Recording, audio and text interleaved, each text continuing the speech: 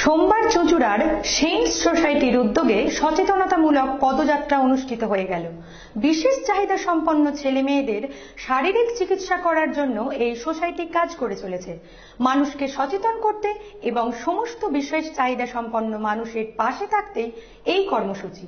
সোমবার চুঁচুড়ার সেন্টস সোসাইটির উদ্যোগে সচেতনতামূলক এক পদযাত্রা অনুষ্ঠিত হয়ে গেল। এদিনের এই পদযাত্রায় বহু সাধারণ মানুষ স্বতঃস্ফূর্তভাবে যোগদান করে। স্থানীয় সূত্রে জানা গেছে, এই সোসাইটি মূলত বাবা মায়েদের প্রচেষ্টায় গড়ে ওঠা একটি সামাজিক সংস্থা। এই সংস্থা বছরের বিভিন্ন সময় ইন্টেলেকচুয়াল ডিসেবিলিটি, অটিজম ও অন্যান্য মানসিক প্রতিবন্ধকতাযুক্ত ছেলে মেয়েদের সার্বিক বিকাশের জন্য বিভিন্ন কর্মসূচি গ্রহণ করে। তাছাড়া এই সোসাইটির পক্ষ থেকে বিভিন্ন সময় থেরাপিও করানো হয় খুবই স্বল্প মূল্যে। বিভিন্ন এলাকায় যার খরচ অত্যন্ত বেশি, স্বাভাবিকভাবেই বহু রোগী এই সোসাইটিতে থেরাপি করাতে আসেন। স্থানীয় মানুষদের মধ্যে এই প্রচার করতে এদিনের এই পদযাত্রার আয়োজন করা হয়। হুগলির সদর শহরে এই ধরনের কোনো সোসাইটির নজির নেই। স্বাভাবিকভাবেই এই সোসাইটি এলাকায় ব্যাপক সাড়া ফেলেছে।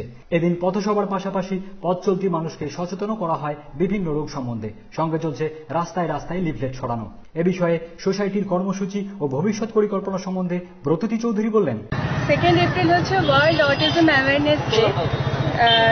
সেই উপলক্ষে আমরা চুঁচুড়া সেন্টস সোসাইটি একটা অ্যাওয়ারনেস কার্যক্রম হিসেবে পদযাত্রাটার আয়োজন করেছি।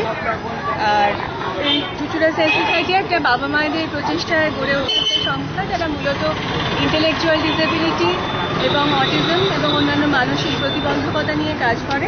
যার জন্য আমরা এখানে চেষ্টা করছি যে ওই থেরাপিগুলোতেই সামাজিক সাহায্যের মানে সামাজিক সহায়তায় যদি সেই থেরাপির কস্টগুলোকে একটু প্রত্যেকের সাধ্যের মধ্যে নিয়ে এসে এবং সেগুলোকে রেগুলার প্র্যাকটিস করানোর মাধ্যমে ছেলে মেয়েদের অনেকটা উন্নতি হতে পারে, সেই চেষ্টাটা আমরা এখানে করছি।